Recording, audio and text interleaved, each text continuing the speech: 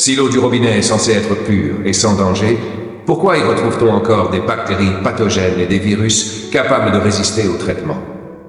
Pourquoi certaines infections sont-elles de plus en plus fréquentes, malgré des contrôles sanitaires soi-disant rigoureux?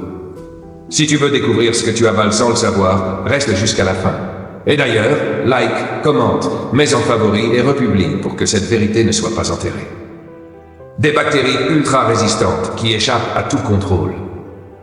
Chaque jour, des milliards de litres d'eau passent par des stations d'épuration censées les rendre potables. Mais ce que personne ne dit, c'est que certains microbes survivent au traitement classique. Escherichia coli, souvent utilisé comme indicateur de contamination fécale, a déjà été retrouvé dans des réseaux d'eau potable, malgré la chloration.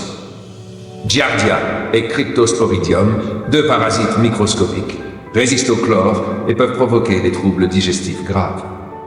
Des virus comme les entérovirus et les norovirus ont déjà été détectés dans des systèmes d'eau potable, car ils sont capables de traverser les barrières de désinfection. Si ces organismes arrivent à survivre au traitement censé les éradiquer, que se passera-t-il le jour où une souche encore plus virulente se propage via l'eau du robinet? L'antibiorésistance, une bombe à retardement dans ton verre d'eau. Les antibiotiques déversés dans la nature créent des superbactéries capables de résister aux traitements médicaux. Des chercheurs ont déjà détecté des gènes de résistance aux antibiotiques dans l'eau potable de plusieurs grandes villes. Si les bactéries pathogènes évoluent en milieu humide et acquièrent ces résistances, comment les stopper une fois qu'elles ont contaminé toute une population via l'eau du robinet? Aujourd'hui, on parle d'une crise sanitaire silencieuse.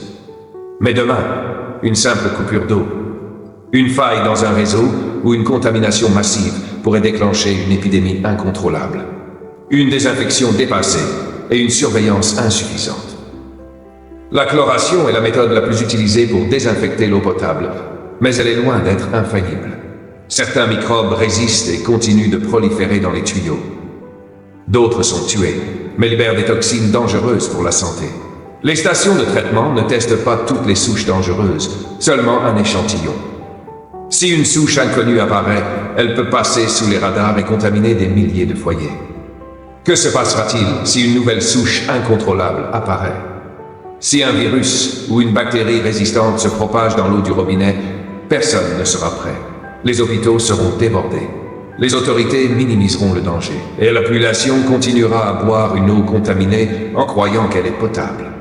Pourquoi ces risques ne sont-ils jamais abordés dans les médias? Pourquoi nous fait-on croire que l'eau du robinet est totalement sûre, alors qu'on sait qu'elle peut être un vecteur de maladies graves? Pourquoi les autorités ne prennent-elles pas ce danger au sérieux avant qu'il ne soit trop tard? La vérité, c'est qu'on joue avec ta santé en prétendant que tout est sous contrôle. Mais le jour où un microbe incontrôlable émergera, il sera déjà trop tard.